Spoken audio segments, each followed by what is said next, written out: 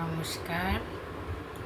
ঠাকুর মা স্বামীজির চরণে শতকোটি প্রণাম জানিয়ে আমি শুরু করছি।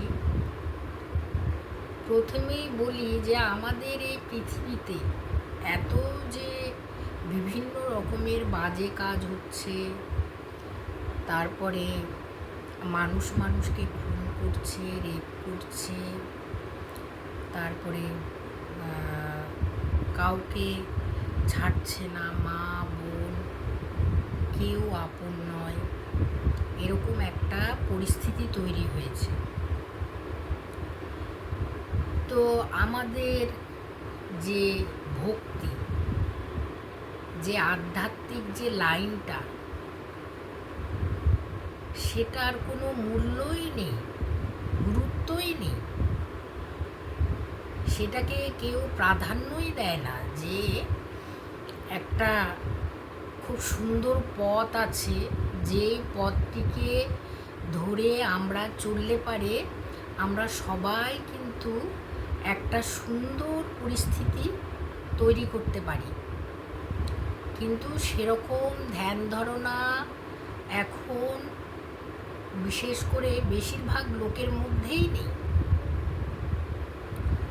তো এখনও যে জীবন্ত ঠাকুর আছেন সেটি কেউ বিশ্বাস করতে পারে না। সে কি দেখছে না? সে চারিপাশে ঘুরছে, এতটুকু যদি একটা পিন পড়ছে তাও সে দেখছে। তো এটা তো ধারণার মধ্যে নেই, তাই না? তো সেই জন্যে আমি বলতে চাই যে স্কুলে স্কুলে এরকম একটা ধর্মগ্রন্থ পড়ানো হোক। ছোট্ট থেকে শিশু ভূমিষ্ঠ হলেই তাকে এসব বই পড়ে পড়ে শোনানো হোক, তাই না? সবাইকেই পড়ালে যে সবাই সন্ন্যাসী হয়ে যাবে, মা বাবারা ভয়ে পড়াতে চায় না যে সন্ন্যাসী হয়ে যাবে, কিন্তু এটা ভুল কথা। সন্ন্যাসী বাড়িতে থেকেও মানুষ হয়। তো আমি বলবো যে ছোট থেকেই এই অভ্যেসটা করানো উচিত। আমরা যেরকম জন্ম হয়েছে তারপরেও দেখেছি ঠাকুর দেবতা বাড়িতে পুজো, তারপরে বিবেকানন্দ, সারদা মা, রামকৃষ্ণ, পরমহংসদেব এসব বই বাবা মা সবাই পড়তেন। তারপরে জন্মের আগেই বাবা একটা বিগ্রহ, সে বিষ্ণুর বিগ্রহ স্থাপন করেছিলেন। তো আমরা জন্মের পর থেকেই ওই বিগ্রহকে দেখে এত মানে আকর্ষণ আমাদের মধ্যে, এত ভালো লাগে যে মনে হয় কোনোখানে গেলে একদিন থাকলে মনে হয় যে তাকে তো দেখিনি, সে কোথায়, এরকম মনে হতো। তো আমাদের ওই ছোটোবেলা থেকেই ওই বিষ্ণু, আমাদের যে বিগ্রহ স্থাপন করেছিল বাবা, তাকে আমরা খুব মানতাম। আর আমাদের কুলদেবতা কালী ছিল বংশের। তো বাবা মারা যাওয়ার পর দুই একবার পুজো হয়েছে দেখেছি। তো কিন্তু বিষ্ণু ঠাকুর যে আমাদের প্রত্যেক ঘরের মধ্যে একটা জাগ্রত ঠাকুর আছে, সেটাকে আমরা খুব মেনেছি, খুব মানতাম।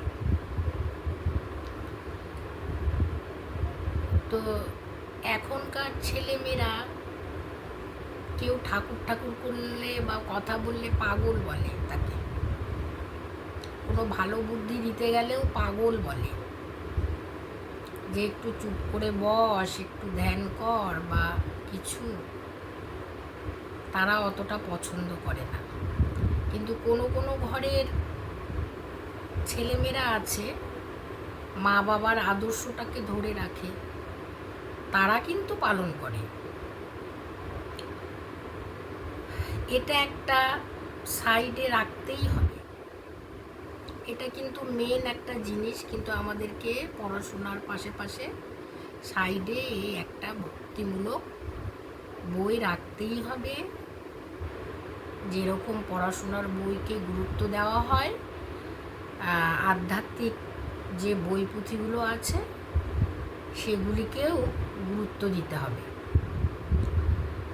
তো আমার মানুষের মধ্যে দিয়ে আমার জীবনে অনেক ঠাকুরের আমি দর্শন পেয়েছি। একদিন আমি স্কুল থেকে আসছি ভর দুপুরবেলা, একটা হচ্ছে বন ছিল, ওখান থেকে হট করে একজন বেরিয়ে আসলো, জটালা একজন মহিলা, সে শ্যামবর্ণ গায়ের রং, দেখতে সুন্দর। আমাকে চট করে বলছে, তুই আমার ঘোমটাটা তুলে দে। তখন আমি ক্লাস 7-এ পড়ি। আমি 1:30টার সময়, দুপুর 1:30টার সময় আমি অঙ্ক পরীক্ষা দিয়ে আসছি, ফার্স্ট হাফের পরীক্ষা। আমার সাথে কেউ নেই, কেন সেই হাফে আমাদের ওখানকার কেউ ছিল না, আমি একা একাই যাচ্ছি। তখন আমার চট করে ওই যে ঘন জঙ্গল আছে, ওখানে গ্রাম পুজো হয়, ওখান থেকে বেরিয়ে এসে আমাকে চট করে বললো, তুই আমাকে ঘোমটা তুলে দে। কিন্তু হাত দুটো কিন্তু ওনার ভালো, একটা পুটলি নিয়ে আছে, অথচ তাকে দেখিনি কিছু নেই, সে সামনে চট করে আসলো কোথা থেকে। তখন আমি ঘোমটাটা তুলে দিয়ে দৌড় দিয়েছি। পিছন ঘুরে দেখছি বড় বড় চোখ করে আমাকে দেখছে। তারপরে আর দেখতে পাইনি।